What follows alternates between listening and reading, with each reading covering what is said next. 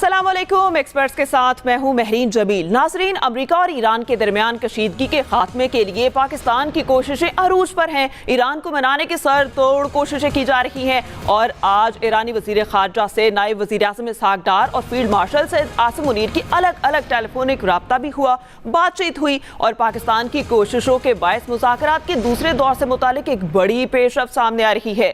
हुकूमती ज़राए के मुताबिक ईरानी वजीर खारजा अब्बास इराक्ची का आज रात मुख्तसर वफ्द के साथ इस्लामाबाद पहुंचने का इम्कान है। वो इस्लामाबाद में आला हुकाम से अहम मुलाकातें करेंगे और ज़राए के मुताबिक अमेरिका की लॉजिस्टिक और सिक्योरिटी टीम इस्लामाबाद में पहले से ही मौजूद है।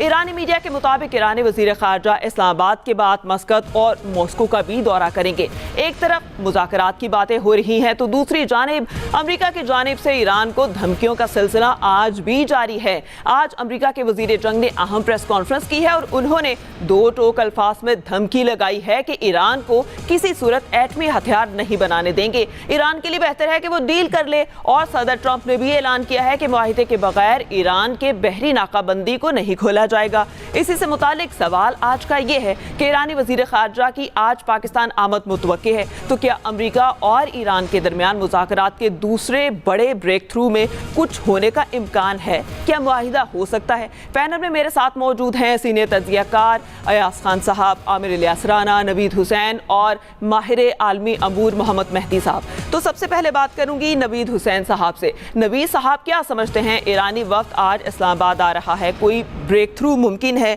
क्योंकि आपने भी कुछ देर कबल पहले वजीर जो जंग हैं अमेरिका के, उनकी प्रेस कॉन्फ्रेंस सुनी, धमकियों भरी थी।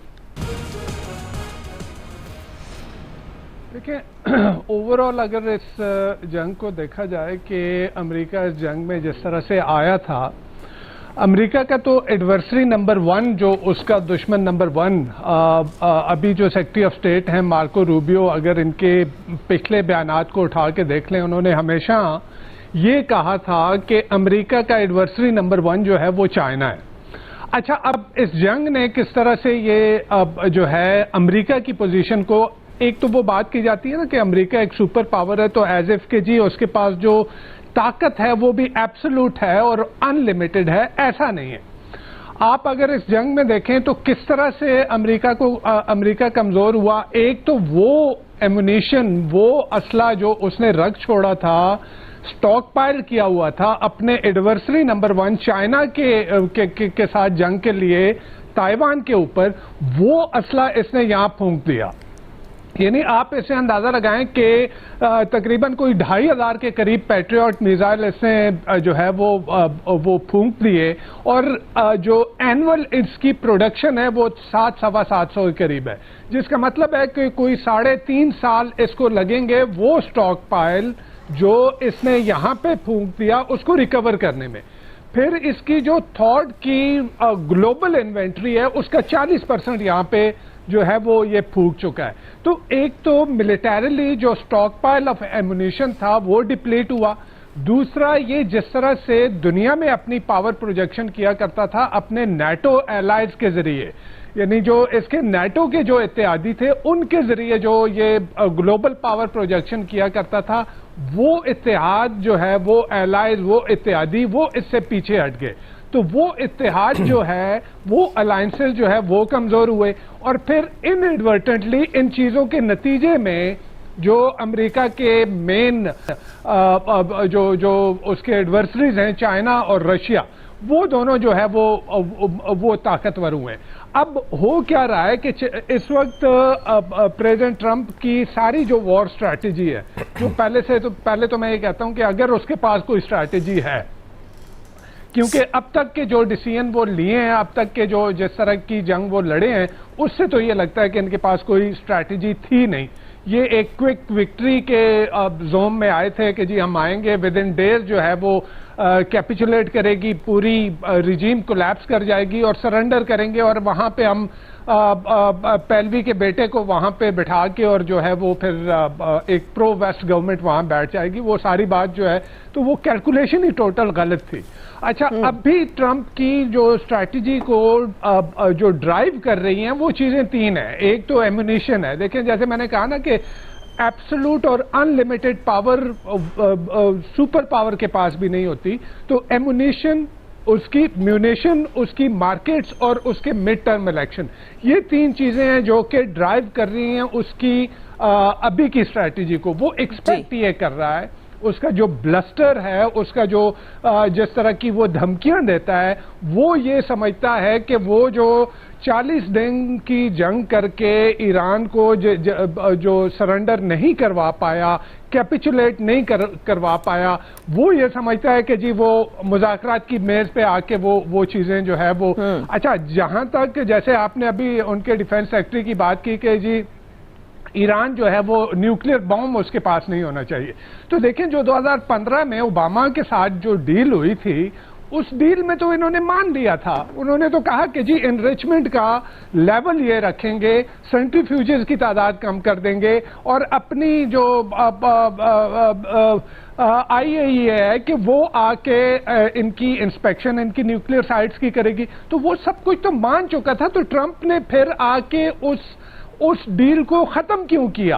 यानी ये समझ में आने वाली बातें नहीं है कि आज आप इस चीज के ऊपर तो वो एग्री कर जाएगा शायद कि अब जो है वो एनरिचमेंट का लेवल कम कर दे, लेकिन ये बारहा हमने देखा इराक़ची ने, ये जो अभी फॉरेन मिनिस्टर है, मजे की बात ये है कि ये फॉरेन मिनिस्टर भी जो है वो 2015 की जो ओबामा के साथ डील हुई थी ईरान की, उसमें नेगोशिएशन का हिस्सा रहे। तो जो नेगोशिएटर ईरान की तरफ से हैं वो तो बड़े मैं कहूँगा बड़े जो हैं वो माने हुए और अच्छे नेगोशिएटर हैं। दूसरी तरफ से अमेरिका की तरफ से जो आ रहे हैं, आप कुशनर को देख लें या विटकॉफ को देख लें, वो तो उनको तो मैं कहूँगा कि वो रियल स्टेट एजेंट हैं, उनको वो नेगोशिएशन की पावर तो उनके पास उस तरह से नहीं है जी। तो इस वक्त हाँ, ये ईरान से ये एक्सपेक्ट करना चाहिए कि ये मुज़ाकरात की मेज पे कैपिचुलेट करेगा, ये मेरे ख्याल में नहीं होगा। उससे ये एक्सपेक्ट करना कि जी ये एनरिच यूरेनियम का स्टॉक पाइल जो है उठा के वो अमेरिका के हवाले कर दे, तो ये मुमकिन शायद ना हो पाए। इनकलाब ने भी और फॉरेन मिनिस्टर ने भी ये कहा ये हमारा राइट है, राइट सरेंडर नहीं करेंगे। ये ईरान का राइट है, ठीक है। नवी साहब आपका पॉइंट आ गया। ये गिव एंड टेक करेंगे जो है वो धौंस से मेरे ख्याल में नहीं होगा। सही, धौंस से नहीं होगा। इस पर बात करेंगे मोहम्मद मेहदी साहब। मोहम्मद मेहदी साहब, क्या समझते हैं, अमेरिका जितनी धमकियां दे पा रहा है, क्या अमेरिका में उतना दमखम है? पिछले दिनों 2-4 दिन पहले एक रिपोर्ट आई है जिसमें कहा गया था कि अमेरिका के पास जो मिसाइल हैं उसका आधे से ज्यादा जो जखीरा है वो इस्तेमाल हो चुका है, दिफाई बजट भी अमेरिका अपना बढ़ा रहा है। ऐसे में क्या इराक की तरह ईरान में भी सालों जंग चल सकती है? बिस्मिल्लाहिर्रहमानिर्रहीम, आपका शुक्रिया। देखिए, बात असल में ये है कि जंग तो बुनियादी तौर पे सिर्फ हवा में लड़ी जा रही है ना, अभी ग्राउंड के ऊपर तो फोर्स आई नहीं। तो ग्राउंड के ऊपर जब फोर्स आई थी इराक में, फिर उसके बाद ये हुआ कि बहुत अरसे तक जंग चल सकी। अभी तो दोनों जो है वो अपने जो उनकी जगह है वहां तक ही खड़े हुए हैं। मसलन बॉर्डर तो आपस में नहीं मिलता, लेकिन जो भी उनके अड्डे हैं या पानी के जहाज हैं वो उस जगह तक खड़े हैं जहां इंटरनेशनल पानी है। तो अभी तक ईरान के अंदर तो वो नहीं जा सके, और यही असल में वो कश्मकश है जिसकी वजह से अभी तक अमेरिका इस परेशानी में है कि अगर उसकी फौज ग्राउंड पे उतरती है तो उसके जवाब में ईरान की तरफ से क्या होगा। क्या ऐसा तो नहीं होगा बहुत बड़ी तादाद में बॉडी बैग्स वापस जाए? इसी शशवपंच के अंदर वो रोजाना बयानात तो देते हैं, और उन्होंने बहुत दफा कहा कि ये जंग जो है ये ईरान के स्वाइल पर लड़ी जाएगी, लेकिन ऐसा अभी तक हो नहीं सका है। ईरान की अभी तक की कामयाबी यही है कि ईरान के अंदर आकर वो लड़ नहीं सके। आया कि वैसे हवाई फौज के हवाले से या मिसाइल के जरिए से ईरान का बेतहाशा नुकसान हुआ है, लेकिन लड़ाई उनके मुल्क के अंदर नहीं आई। इससे पहले हम ये देखते थे, क्यों ना अफगानिस्तान हो, क्यों ना इराक हो, हत्ता के वियतनाम के अंदर भी अमेरिकन फोर्सेज जो थी वो बहुत जल्दी उतर आई थी, और फिर अमेरिकन फोर्सेज ने वहां पे एक लंबी लड़ाई लड़ी, फिर उसका जो भी रिजल्ट निकला। लेकिन ईरान के मामले के अंदर ये देखने में आ रहा है कि ये कामयाबी नहीं मिल पाई है, और उसकी बहुत बड़ी रीजन ये भी है कि ईरान जो है एक बड़ा मुल्क भी है और ईरान की आबादी भी 9 करोड़ है। फिर मेनलैंड का भी इशू था, तो ईरान के पास बहुत सारी चीजें थी जिसको अंडर एस्टिमेट किया अमेरिका ने, या यूं कहें मुसाद ने जो रिपोर्ट बनाई। और ये जो सारी सूरत हाल है, अब इसमें लड़ाई कितने अरसे बढ़ सकती है? देखिए, लड़ाई जो है वो नाकाबंदी के हवाले से तो देखना ये पड़ेगा कि ईरान कितने अरसे तक ये बर्दाश्त कर सकता है कि उसकी अच्छा, कथा कलामी के लिए माजरत, लेकिन मोहम्मद मेहदी साहब, ये भी तो कहा जाता है कि ईरान का मोहल्ले वकू ऐसा है कि वहां पर अगर फौज भेजी जाती है तो वापस उसका आना बड़ा मुश्किल है। क्या ये एज भी हासिल है ईरान को? देखिए, आज तक ऐसा होता रहा है कि कहीं ना कहीं आपको गुंजाइश मिली है। मसलन इराक में घुसने के लिए आप कुवैत में उतरे, सऊदी अरेबिया में उतरे, लेकिन ईरान के साथ जो बॉर्डर कंट्रीज हैं वो आपको अलाउ नहीं कर रही, बल्कि इराक के अंदर तो आपके खिलाफ जो है बाकायदा एक महाज बन चुका है। और आज ही जो है आपने वहां के एक बड़े लीडर की सर की कीमत रखी है। तो इसका मतलब है कि आप ये अंदाजा कर रहे हैं कि अगर इराक में तो ऑलरेडी अमेरिकन फोर्सेस मौजूद है और सबसे आसान तरीका था, लेकिन ऐसा नहीं हो सका। तो ये एक बहुत बड़ा मसला है। और सबसे बड़ा मसला ये है कि ईरान का जो मेन सॉइल है, मेन सॉइल तक जाने के लिए जो है वो काफी लंबा रास्ता तय करना पड़ेगा, फिर जाकर आप मेन सॉइल में पहुंचेंगे अगर आप वाया नेवी आ रहे हैं।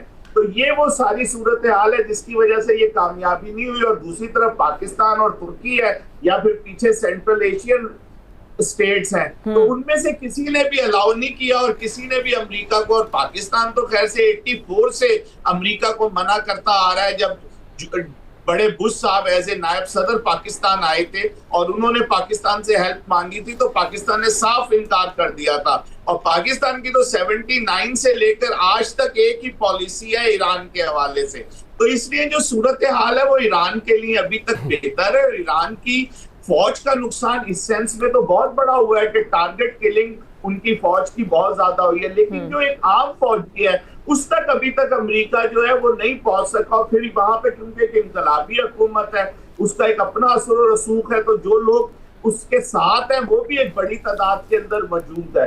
तो जो एक ख्याल ये किया जा रहा था कि जो ही लीडरशिप खत्म होंगी तो वहां से लोग जो हैं वो खुद ब खुद खड़े हो जाएंगे और लीडरशिप के खत्म होने के साथ संभाल लेंगे। और चंद दिन पहले तक ऐसा लग भी रहा था। मुजाहिदीन खल्क ने 4 दिन पहले ही खामनाई साहब की शहादत के उनके दफ्तर पे हमला किया था, लेकिन बाद की सूरत हाल के अंदर सारे ग्रुप्स जो हैं वो इकट्ठे हो गए और उन्होंने कहा कि नहीं, हम आपस में तो हमारे नजरियाती और सियासी मसाइल हैं, लेकिन इस वक्त इजराइल को खास तौर पे और फिर अमेरिका को ये इजाजत नहीं दी जा सकती कि वो फोर्स करे। और मेरा ख्याल है एक बहुत बड़ा मसला ये हुआ कि मुसाद ये फैसला करने में जल्दी कर गई कि पहलवी साहब जो है वो उनकी जगह लेंगे। पहलवी साहब की पोजीशन ग्राउंड के ऊपर कोई अच्छी नहीं थी, बल्कि उनसे ज्यादा ताकतवर लीडर जो थे वो ईरान के अंदर मौजूद थे, जो इसी इनकलाबी कौंसिल के साथ रहे हैं और अब इससे इख्तलाफ रखते हैं। लेकिन उन्होंने अपना सारा जोर पहलवी साहब पे लगाया और पहलवी साहब को वहां पसंद करने वालों की तादाद ना होने के बराबर है। मतलब इनडायरेक्टली ईरान की जो हुकूमतों से फायदा हुआ इस जंग का, इस वजह से कि पूरी की पूरी कौम जो है वो मुत्तहिद हो गई है। आमिर इलियास राना साहब, क्या कहेंगे? पहले ईरान बिल्कुल नहीं मान रहा था, पाकिस्तान ने ऐसा क्या किया, कौन सी ऐसी विंडो खुली कि अब ईरान ने थोड़ा सा लचक का मुजाहिरा किया, या दोनों जानिब से ये मामला हुआ है? देखें, मान दोनों रहे थे, अमेरिका भी मान रहा था और ईरान भी मान रहा था, इनकार किसी ने नहीं किया था, बातचीत चल रही थी। और जिस दिन पहला हमला हुआ 28 को, तो बिल्कुल ईरानी अवाम ने अपना फ़ैसला उसी वक्त दे दिया था कि वो अपनी रजीम के साथ है, अपने मुल्क के साथ खड़े हुए। वहाँ पे जितनी भी पहले मुजाहरे अमेरिका ने कराए थे, इस हमले ने उनकी पोजीशन बहुत मजबूत कर दी थी। आप पाकिस्तान के अंदर देख लें, जब पिछले साल मई में हमारे ऊपर मिसाइल आए तो हमारे लोग पाकिस्तान के झंडे लेके पूरे पाकिस्तान में निकल आए। नूर खान बेस पे, पिंडी पे रात को 3 बजे पहुंचे हुए थे लोग। तो ये होता है जहां कौमियत, असबियत मौजूद हो। अब आप आ जाएं इसके ऊपर कि क्या खड़ी हुई है बात। यहाँ पे मेरे हिसाब किताब में ये जो 3 ममालिक का दौरा है ईरानी वजीर खारजा का, वो यूरेनियम से मुताल्लिक है और वो बिल्कुल जो अमरीकी डिमांड है, चूँकि पहले भी ईरानी माने हुए थे, लेकिन उसका था कि वो कहाँ रखा जाएगा। अब आपको अगर ओमान में रखनी है तो वहाँ तो फैसिलिटेशन बनानी पड़ेगी। तो रशिया और पाकिस्तान बनते हैं, तो पाकिस्तान में तो पूरा इंटरनेशनली मॉनिटरिंग मौजूद है और हमारा प्रोग्राम क्लियर है दुनिया में। तो मेरे हिसाब किताब में वो जो बातचीत का महवर, जो कि वो अमेरिका के वाइस प्रेसिडेंट यहाँ पे भी कह के गए थे कि हमारी रेड लाइन जो है वो अमेरिका ईरान का एटमी प्रोग्राम है, और आज भी उनके वजीर जंग ने इसी के ऊपर बात की थी। मेरे हिसाब किताब में जहाँ वो मैसेजेस आएंगे, बाकी जो वो मोबाइल पे या टेलीफोन पे जिस तरह होता है कि मोसाद ने एक बहुत अच्छा नेटवर्क वहाँ कायम किया हुआ है राह की मदद के साथ, तो उसमें वो गुफ्तगू जो नहीं करते, तो तभी हमारे फील्ड मार्शल भी 3 दिन वहाँ रह के आए थे वार जोन में जाके। कोई आसान काम नहीं था कि आप गए हैं वहाँ से। अब ये जवाब आएगा फाइनल, जो हमारे साथ शायद उनका 2 घंटे का ये विजिट है पाकिस्तान के अंदर, और हमारी सारी क़यादत से मिलिट्री और सिविल के साथ उनकी मुलाकात होगी, और फिर वो अगले सफ़र पे अपना मस्कत और रशिया रवाना होंगे।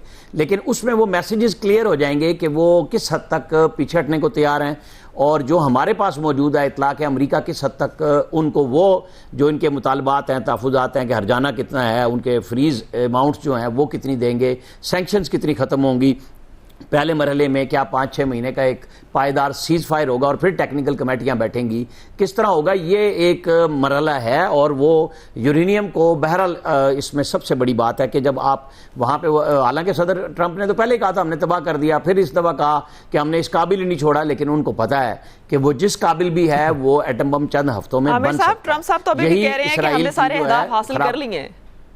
वो पहले दिन से ही कह रहे हैं। नहीं, अहदाफ तो जून में भी पिछले साल हासिल कर लिए थे, वो पिछली दफा भी कर लिए थे। उन्होंने कहा था हमने ब्लॉकबस्टर बम B-52 बमबार से जो मारे थे, हमने तो टनल तबाह कर दी। मतलब इनकी बातों पे ना जाया करें। ये वो जो है ना, हमारे यहाँ फूके खेल कहते हैं, ये अमेरिकन प्रेसिडेंट भी वही हैं। ये 1 घंटे में 4 फूके मारते हैं और चारों तरफ मिसाइल वो मारते हैं जो इन्हीं की तरफ वापस आते हैं। जेडी वैंस चल पड़े हैं, चंद घंटों में पहुंच जाएंगे, उन्होंने कहा था। फिर वो कहने लगे जुमे को मुज़ाकरात होंगे। भाई ईरान ने तो कोई बात नहीं ना की आपसे। हाँ, पाकिस्तान की मीडिएशन ने आज वो दिन दिखाया हमें लाके कि आप उनकी तरफ से बाकायदा अनाउंसमेंट हुई है, पहले उनकी तरफ से कॉल्स आई हैं, वरना हम ही राब्ते कर रहे थे दोनों अतराफ में। ठीक। अब वो ये हुआ है कि उनको भी समझ आ गई है कि जो ब्लॉकेड है वो उनको नुकसान पहुंचा रही है, चाइना को भी नुकसान पहुंचा रही है। चाहे जो मर्जी कहें, ईरान का इंफ्रास्ट्रक्चर खत्म हो चुका हुआ है, बहुत तबाह हुआ है, और मजीद जंग ना अमेरिका अफोर्ड कर सकता है ना ईरान कर सकता है। तो पाकिस्तान तो वो फैसिलिटेशन कर रहा है कि दोनों विन विन पोजीशन में किसी तरीके से आ जाए। सही, पाकिस्तान कोशिश कर रहा है कि दोनों विन विन पोजीशन पर आ जाए। ठीक ठीक। अच्छा अयाज साहब, वजीर जंग की अभी प्रेस कॉन्फ्रेंस हम सब ने सुनी, धमकियां दिए जा रहे हैं, खुदा खुदा करके मुज़ाकरात की जानिब अगर आने लगते हैं तो फिर धमकियों का सिलसिला शुरू हो जाता है। क्या ये फेस सेविंग है अपने अवाम के लिए, या फिर मीडिया पर आकर जानबूझकर ऐसी बातें की जाती है ताकि ईरान को प्रेशराइज किया जा सके? असल में वो आज वो आमिर कहते होते हैं ना, ट्रंप की हड्डी खुलनी है, वो आज नहीं खुली। तो वजीर जंग ने सोचा कि क्यों ना मैं अपनी हट्टी खोल के, तो ये धमकियाँ शमकियाँ जो ट्रंप साहब ने लगानी होती है मैं लगा देता हूँ। उन्होंने धमकियाँ लगा दी। वो मैं इन धमकियों को ज़्यादा सीरियस नहीं लेता, जैसे ट्रंप साहब की बातों को मैं ज़्यादा सीरियस नहीं लेता, जब तक कि वो हमारी तारीफ़ ना करें, वो मुझे सीरियस बात लगती है। देखिए, डेवलपमेंट तो है आज जो होने जा रहा है कि वहाँ से फ़ोन आना, प्राइम मिनिस्टर से बात करना, फिर फील्ड मार्शल से बात करना, और उसके बाद उनका पाकिस्तान आना, चाहे 2 घंटे के लिए आए, यहाँ पे बातचीत होगी। उसके बाद मस्कत और मास्को जाना। अब ये बड़ा इम्पॉर्टेंट विज़िट है इस हवाले से कि ईरान अब निकला वहाँ से, और उसके बाद वो रशिया से भी बात करेगा। मुमकिन है कि कल को आपको पता चले को चाइना का विज़िट भी उनका हो जाए, और इस तरह से चीज़ें आगे बढ़ती रहें। उसकी वजह ये है कि बेशक बज़ाहिर खामोश तमाशाई बने हुए रशिया और चाइना भी, लेकिन सबसे ज़्यादा नुकसान तो इसमें चाइना को हो रहा है ना। चाइना को सबसे ज़्यादा तेल चाहिए। पहले वेनेजुएला पे कब्ज़ा कर लिया तेल पे ट्रंप ने, उसके बाद फिर अब वो पूरी कोशिश ये है कि ईरान के तेल पे भी किसी तरीके से कब्ज़ा कर लिया जाए। लेकिन बात वही है कि जब आप अपनी ग्राउंड फोर्सेस वहाँ नहीं उतार सकते तो फिर जाहिर है फिर आप बढ़के मार सकते हैं, ऐलान कर सकते हैं कि जी सब कुछ तबाह कर दिया मैंने, हर चीज़। बुनियादी तौर पे ये बिल्कुल ठीक बात है कि कोई प्लानिंग थी नहीं। वेनेजुएला मॉडल जहन में था, और ट्रंप साहब को शायद इसी तरह से लगा होगा कि बस सामने आना है। ये कह सकते हैं ट्रंप साहब के लिए आउट ऑफ द सिलेबस आ गया है। ये एग्जैक्टली, ये बड़ी खूबसूरत बात की आप, बड़ी शार है, मैंने हिसाब लगाया कि आउट ऑफ सिलेबस जब आया है तो फिर उनको समझ नहीं आ रही कि अब मैं करूं क्या। मतलब वो इम्तहान में तो बैठ गया हूं, अब पर्चा हल नहीं हो रहा। ये पर्चा हल करने के लिए वो फिर उसके बाद वो ज़ाहिर है वो इधर उधर ना मुमकिन कोई वो बातें सुनाना शुरू कर देते हैं कि तू पर्चा ही से नहीं बनाया, मैं कितों हल करना था। ट्रंप साहब असल में मुश्किल में फंस गए और पूरी दुनिया को फंसा दिया। अब निकलना वो भी चाहते हैं, इसमें कोई शक वाली बात नहीं है।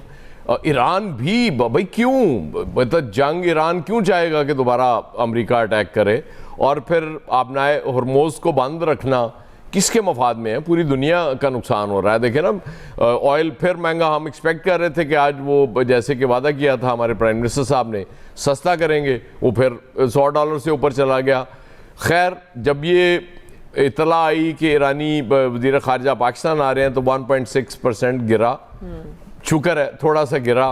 और अब मुझे नहीं पता कि आज क्या करने जा रही गवर्नमेंट हमारे साथ, क्योंकि 3 हफ्ते तो इन्होंने आराम से कमाई कर ली है पेट्रोल पे।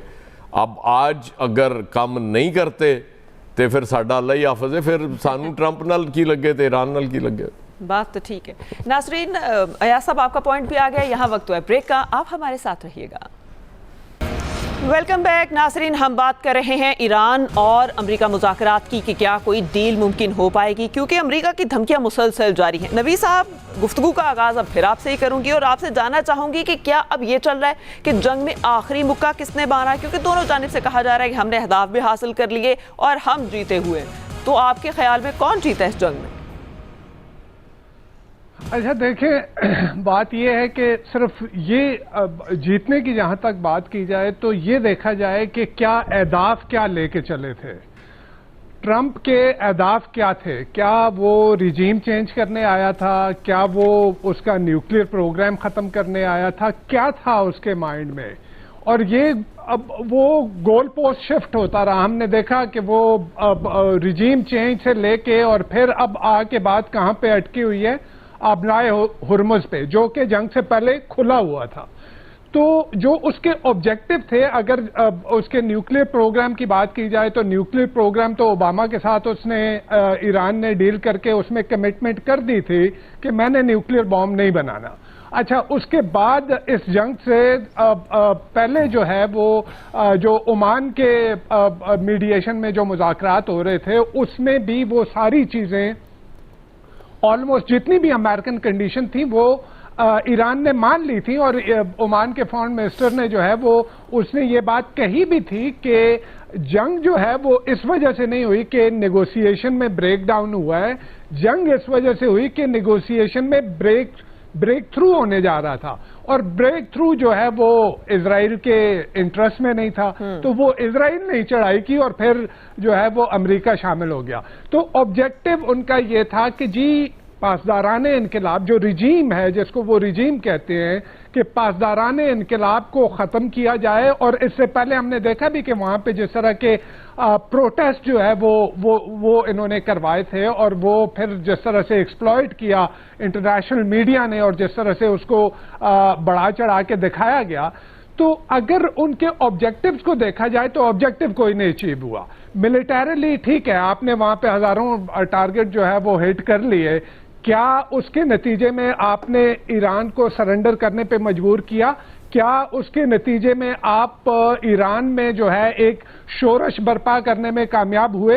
क्या उसके नतीजे में आपने उनकी जो टॉप लीडरशिप को, मिलिट्री और पॉलिटिकल लीडरशिप को पहले ही हल्ले में जो है वो डीकैपिटेट कर दिया? तो क्या उसके नतीजे में वो रिजीम गिर गई? कुछ भी नहीं हुआ। हाँ, उल्टा ये हुआ कि आपने अपने आप को एक ऐसी सिचुएशन में लाके फंसा दिया कि आबनाए हुर्मुज जो कि ईरान ने तारीख में कभी बंद नहीं की थी, उसने वो आबनाए हुर्मुज बंद कर दी। आबनाए हुर्मुज बंद करके अमेरिका को और बाकी पूरी दुनिया को ईरान ने जो है ना वो काफी परेशान किया। जी सही। अच्छा मोहम्मद मेहदी साहब, क्या ये बात दुरुस्त है कि अमेरिका जो है वो ईरान को सरेंडर करने पर मजबूर नहीं करवा पाया और बाकी मुमालिक की तरह ये आसान हदफ नहीं था? दूसरी बात ये कि 1990 से इसराइल कह रहा है कि जो ईरान है वो एटमी हथियार हासिल कर लेगा, लेकिन आज तक कुछ हो नहीं पाया। जी बिल्कुल, सिलेंडर जो है वो ईरान ने नहीं किया और ईरान जो है वो आज वाले दिन तक डटा हुआ है। और आप ये देखिए कि उसकी जो सियासी हुकूमत है या पासदारान है, उनकी लीडरशिप के अंदर जितनी मर्जी शहादतें हो गई, लेकिन उनके अंदर एक जो सीक्वेंस था वो सीक्वेंस आज भी अपनी जगह बरकरार है। और जो उनकी स्ट्रेटजी थी जो पहले दिन थी या जो उनके नजरियात थे जो पहले दिन थे, वो आज भी पूरी तरह उसी पर कायम है। तो इस हवाले से तो ईरान को कोई खास नुकसान नहीं पहुंच सका, शहादतें होने के बावजूद, तबाही होने के बावजूद। अब जहां तक रहा कि ईरान जो है वो इसमें से उसको क्या हासिल हुआ या क्या नहीं हुआ, देखिए एक और बात भी हो गई। बहुत अरसे से 79 से ये महसूस था कि एक दिन ईरान की और अमेरिका की जंग होगी, तो आखिरकार ये जंग हो गई। और जो लोग इस बात को समझते थे उन्हें पता था कि ईरान के पास दो ही हथियार है। एक हथियार उसके पास ये है कि वो दुनिया के पहले 5 ममालिक में शामिल है जिसके पास तवानाई के ज़खायर है, और दूसरा ये है कि वो वाहिद मुल्क है दुनिया का तवानाई के साथ साथ एक आबी गुजरगाह भी रखता है। तो उसने वो दोनों चीजें जो है वो भी करके दिखा दी कि मैं तवानाई को किस तरह डिस्टर्ब कर सकता हूँ और किस तरह आबनाए उर्मस की तरह, जो 6000 साल से एक जगह थी जहां से लोग गुजरते थे और अपना कारोबार करते थे, उसने उसे भी बंद करके दिखा दिया। तो ये जो दोनों चीजें हैं ये पूरी दुनिया के लिए और खास तौर पे एशियाई ममालिक के लिए, क्योंकि 23% जो यहाँ से पेट्रोल गुजरता है उसमें से सिर्फ 7.5% जो है वो यूरोप इस्तेमाल करता है। बाकी सारा का सारा जो है उसका सबसे बड़ा खरीदार, और पिछले साल के मुताबिक 93% खरीदार ईरानी तेल का चाइना था। तो चाइना अपनी जरूरत का तकरीबन 60% ईरान से ले रहा था, फिर जापान है, हिंदुस्तान है, पाकिस्तान को भी यहीं से चीजें आती हैं। तो ये एक ऐसी सूरत हाल बन गई है कि बुनियादी तौर पे अमेरिका जो है वो एक बंद गली में फंस गया है, क्योंकि अमेरिका का ये ख्याल था, या यूं कहें कि मुसाद का ये ख्याल था कि जो ही बमबारी होगी, जो ही शहादतें होंगी तो हुकूमत बदल जाएगी, लेकिन ऐसा कुछ नहीं हो सका। और जब नहीं ऐसा हो सका तो फिर टारगेट्स तब्दील होने शुरू हो गए। जहां तक यूरेनियम की बात है, देखिए यूरेनियम का जो मामला है ना, वो ईरान जो है एनपीटी पर उसने दस्तखत किए हुए पहले दिन से, तो उसके जितने भी एटमी मराकज हैं वो सारे के सारे IAEA के लिए खुले हुए हैं। ये तो कहा जा सकता है कि अमेरिका इस वक्त जो है ना वो बंद गली में फंस चुका है। नाज़रीन, गुफ्तगू का आगाज यहीं से दोबारा करेंगे, यहाँ वक्त और ब्रेक, आप हमारे साथ रहिएगा। वेलकम बैक नाज़रीन। आमिर साहब क्या कहते हैं, ईरानी वज़ीर ख़ारजा ने अपने दौरे का बाज़ाब्ता ऐलान कर दिया है, इस दौरे से कितना फ़ायदा होगा? पाकिस्तान की सालिसी में ख़ित्ते में तनाव कम होता अब नज़र आ रहा है? देखिए, उन्होंने कहा है कि हमारे लिए पड़ोसी सबसे अहम है, और बहुत अच्छी बात है कि पड़ोसी सबसे अहम है। मई में नहीं थे सबसे अहम, सबसे पहले वो समुद्री रास्ता जहाँ से बनता था इंडिया के साथ था, वहाँ मुआहदे करने चले गए थे, हमारे पास बाद में आए थे। जून में उन्होंने बिल्कुल जंग लड़ी और उनकी पार्लियामेंट ने हमारे तशक्कुर का इजहार किया, क्योंकि बहुत कुछ था और बहुत कुछ है जो बताने को है। आमिर साहब कह सकते हैं कि बुरा वक्त बताता है कि दोस्त कौन है दुश्मन कौन है, शायद ये हुआ है ईरान के साथ। ये बात ये नहीं, ये जून में उनको समझ आई, रा और मुसाद ने जब कारनामे दिखाए, वरना तो कलभूषण यादव पे वो बिल्कुल खामोश थे, क्योंकि चाह बहार से जो कुछ इंडियन एक्सपोर्ट दहशतगर्दी हमारी तरफ कर रहे थे तो इनको समझ नहीं आ रही थी। तो अब दोनों दफ़ा में इनको समझ आ गई कि हमने जो इंडिया को रास्ता दिया था, और इंडिया तो भाग गया, इंडिया तो फ़ौरन इसराइल के पास पहुंच गया था 2 दिन पहले। और मोदी साहब की देखे चुप, एक तो हमने मई से लगवाई भी है और मुसलसल आज भी वो चुप हैं। तो बहुत अच्छी बात है कि हमने ईरान को हमेशा साथ लिया, साथ लेके चले और पूरे गल्फ़ को साथ लेके चले। सबसे बड़ी बात ये थी कि हमारे बहुत अच्छे ताल्लुकात सऊदी अरब के साथ, हमारा डायस्पोरा पूरे गल्फ़ में है, 70-80 लाख के करीब लोग वहाँ पर रहते हैं, वहाँ से हमारा सारा ज़र मुबादला आता है, लेकिन इसके बावजूद हमने ईरान को नहीं छोड़ा। और यही वो बात थी जो पाकिस्तान के अंदर भी मानी गई और दुनिया ने भी मानी, और अमेरिका के साथ भी अच्छे ताल्लुकात किए। ये वो फॉरेन पॉलिसी थी हमारी, जिसमें हमारे सब लोगों ने मिल के ये ऐसा कारनामा अंजाम दिया है कि अभी तक समझ नहीं आ रही कि ये तवाज़ुन बरकरार कैसे सही। पाकिस्तान ने बड़ा अच्छा कारनामा सर अंजाम दिया, और उसको लेके चलना ही बड़ी बात है। ठीक, आपका पॉइंट आ गया। अच्छा यार, सब टाइम बड़ा कम है, लेकिन फिर भी जाते जाते एक सवाल पूछना चाहूंगी। फील्ड मार्शल साहब ने बड़ी कोशिशें की हैं दिन रात कि सारी बात जो है वो मामला सॉर्ट आउट हो जाए और एंड पर आकर सिर्फ इस्लामाबाद में साइन हो जाए। तो क्या साइन होते नजर आ रहे हैं? ये दौरा आज का फायदेमंद होगा? महरीन, हम सिर्फ कोशिश कर सकते हैं जो मुसलसल कर रहे हैं, और वो उसमें हमने कोई कमी नहीं की, मुसलसल राब्ते कर रहे हैं। बैलेंस भी अभी तक हम बरकरार रखने में कामयाब हुए हैं, जो सबसे इम्पोर्टेंट है हमारे लिए। अब कामयाबी नाकामी फरीकैन पे है, सही, किस हद तक रजक दिखाते हैं उसमें हमारा कोई रोल। कामयाबी नाकामी जो है वो फरीकैन पे है। वक्त की किल्लत का सामना है। तमाम मेहमानों का बहुत शुक्रिया। मुझे एक्सपर्ट से इजाजत दें। खुदा हाफिज।